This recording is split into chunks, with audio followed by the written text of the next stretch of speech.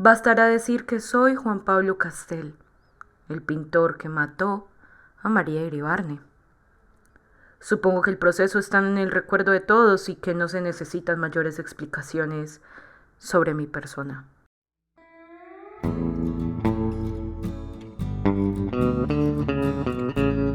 Estás escuchando Ospina Cuentera Podcast.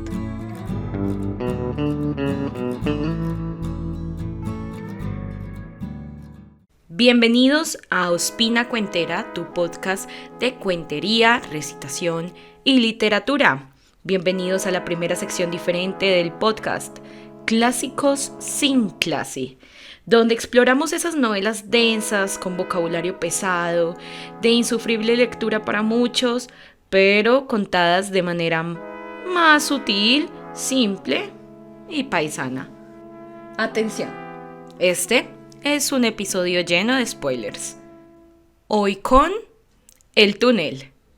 El túnel es una novela del escritor argentino Ernesto Sábato, publicada en 1948 en la editorial Sur de Buenos Aires.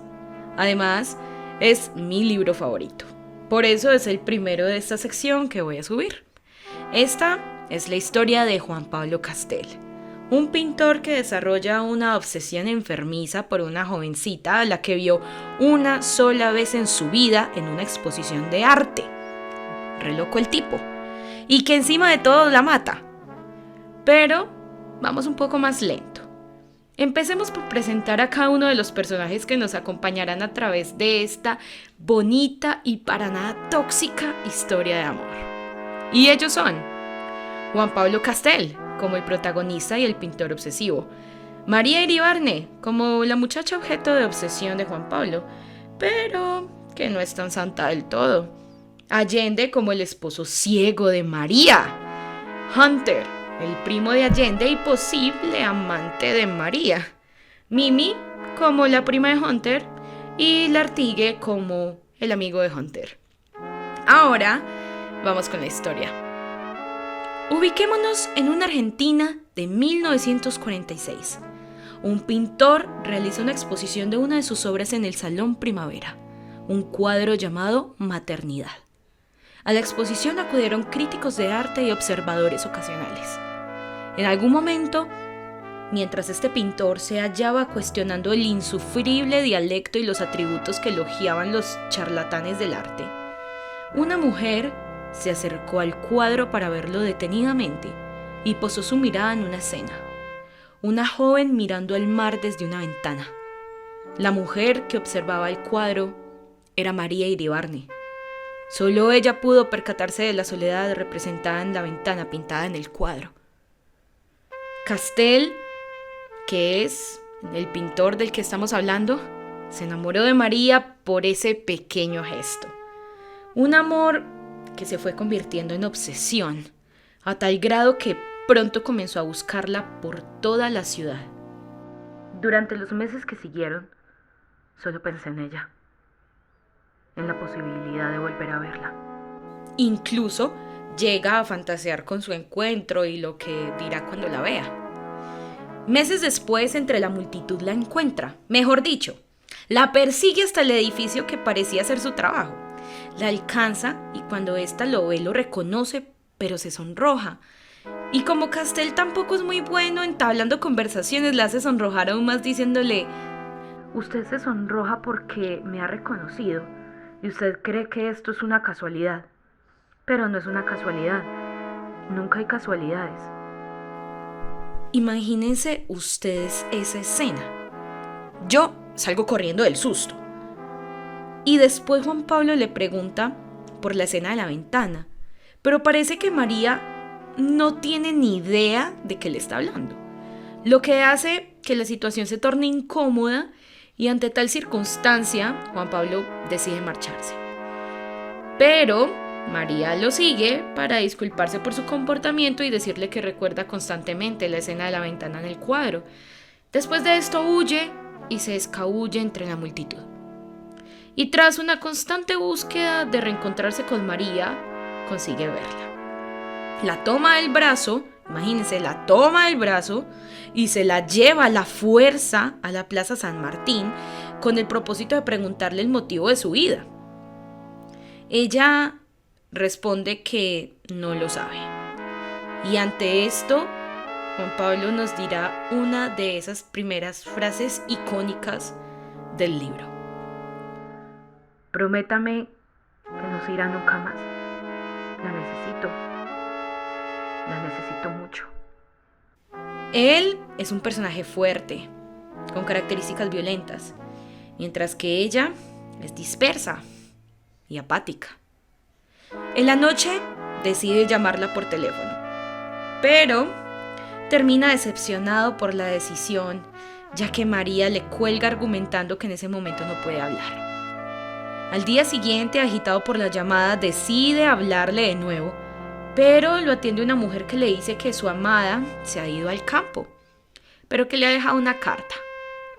Entonces Juan Pablo decide ir a la casa de María por la carta, pero le abre la puerta un hombre ciego que dice ser esposo de María. No me llamo Iribarne y no me diga señor. Soy Allende, marido de María. Imagínate tú la escena. A Juan Pablo le provoca que le pegasen un tiro en la frente. Allende le entrega la carta que abrió presuroso y en ella se podía leer: yo también pienso en usted, María. Finalmente, Allende le cuenta que su esposa se encuentra en una estancia con su primo Hunter. A partir de aquí y durante más de un mes, Juan Pablo atormenta a María con preguntas de su vida privada y con celos por la presencia de Hunter. La recrimina constantemente por sus actos y su manera de hablar. Dejemos de lado las consideraciones de formas. Me interesa el fondo. El fondo es que sos capaz de engañar a tu marido durante años, no solo acerca de tus sentimientos, sino también de tus sensaciones. La conclusión podría inferirla un aprendiz. ¿Por qué no has de engañarme a mí también? Ahora comprenderás por qué muchas veces te he indagado la veracidad de tus sensaciones. Siempre recuerdo como el padre de Desdémona advirtió a Otelo que una mujer que había engañado al padre podía engañar a otro hombre.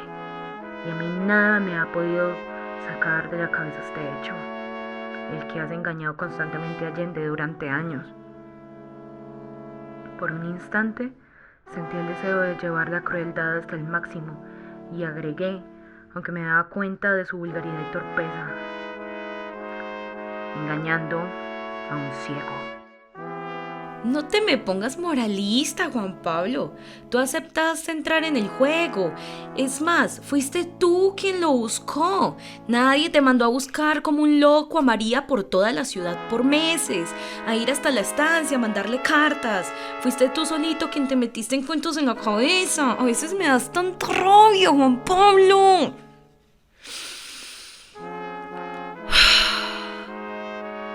Seguimos. Debido a las discusiones cada vez más toscas con María, Castel comienza a beber.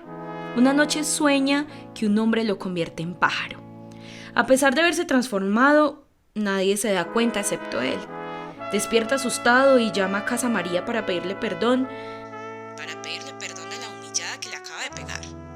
Pero, al enterarse de que se encuentra en la estancia, le manda una carta.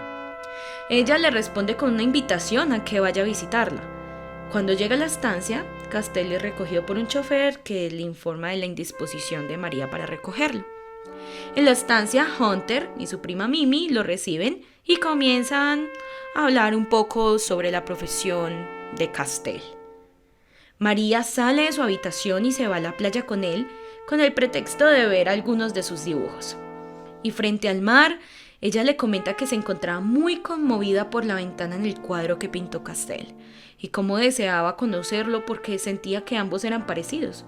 Los dos buscaban a alguien para no estar solos. A veces me parece como si esta escena la hubiéramos vivido siempre juntos.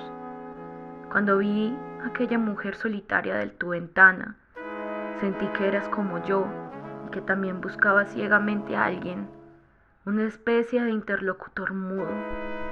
Desde aquel día pensé constantemente en vos. Te soñé muchas veces acá en este mismo lugar donde he pasado tantas horas de mi vida. Al regresar a la estancia, Hunter, que parece celoso, comienza una discusión con María. Castell creyó que se debe a que hay una relación entre ellos, por lo que decide marcharse a su habitación y por la mañana irse a casa. ¿Sí ven? Siempre Juan Pablo haciéndose sus películas en la cabeza. Castell, decepcionado por lo que pasó, al llegar a la ciudad, se va a los bares a beber, a pelear y a meterse en un montón de problemas. Le envía una carta a María en donde le explica su vida de la estancia y le reclama que engaña a Allende, su esposo, y a él con Hunter. O sea, imagínense la conchudez. Al poco rato de enviar la carta, se arrepiente e intenta recuperarla, pero no lo logra, ya que los empleados se lo impiden porque no conservó el recibo. Molesto por la situación, decide llamar a María para exigirle que vuelva a Buenos Aires. La amenaza con suicidarse si no viene, y ante la amenaza, ella decide aceptar la cita. Castell visita a Lartigue, un amigo cercano de Hunter, para preguntarle sobre la relación de Hunter y María. Lartigue obviamente niega esa relación, aunque un poco nervioso, lo cual hace que solo se levanten más las sospechas de Castell. Pero Juan Pablo, ¿tú cómo piensas que se va a poner un hombre que jamás en su vida te ha visto y que se le posa al frente un borracho a hablar de las relaciones personales de su amigo? Cualquiera se pondría nervioso en esa situación. Posteriormente, llama a María para citarla al día siguiente a las 5, pero María no acude a la cita. Castell la llama a su casa para enterarse de que regresó temprano a la estancia. Enojado, le pide un coche a su amigo, diciéndole que su padre está enfermo y le urge viajar. Inmediatamente se dirige a la estancia. Una vez ahí, como si fuera una pesadilla, trepa hasta la parte alta por la reja de la ventana. Camina por la terraza hasta la galería interior y busca la alcoba de María. Empuña el cuchillo y entra en la habitación. María, aterrada, le pregunta qué hace y Castell solamente responde: Tengo que matarte, María. Me has dejado solo. Luego, clavó el cuchillo varias veces en el pecho y vientre de María. A las 4 de la mañana llegó a Buenos Aires, agitado, visitó a Allende para informarle que María los engañaba a ambos con Hunter, pero que ya no lo haría más. Allende se asusta y le grita insensato. Después de esta visita, Juan Pablo corre a la comisaría y se entrega por su crimen. Y Allende se suicida después de eso. Y Castell da a parar en un hospital psiquiátrico donde reflexiona a cada instante sobre su crimen. Solo existió un ser que entendía mi pintura. Mientras tanto, estos cuadros deben de confirmarlos cada vez más en su estúpido punto de vista. Y los muros de este infierno serán, así, cada día más herméticos. Y de esta manera, y con esta frase, termina el libro. Momento de una reflexión personal. Como les conté al principio de este capítulo, El túnel es mi libro favorito en el mundo. Lo conocí gracias a que mi papá lo tenía en la librería y me recomendó leerlo. Cuando uno es joven piensa que lo que le recomiendan a uno los papás es aburrido y maluco, pero para mi sorpresa se convirtió en un tesoro. Aunque ya les haya narrado aquí de manera superficial la historia, les recomiendo que lo lean, por favor. Es un libro bastante corto y ameno para leer. Pero, ¿qué es lo que hace al túnel un libro único? Sábato comparte con el lector el diario de este personaje, Juan Pablo Castell, bajo la forma de un relato en primera persona. A Castell le afectan sus sentimientos violentos. Desde el inicio hay signos de una perturbación en el carácter de Castell, un pintor que se percibe a sí mismo como incomprendido y que manifiesta reiteradamente un desprecio por sus semejantes, ni escrutada.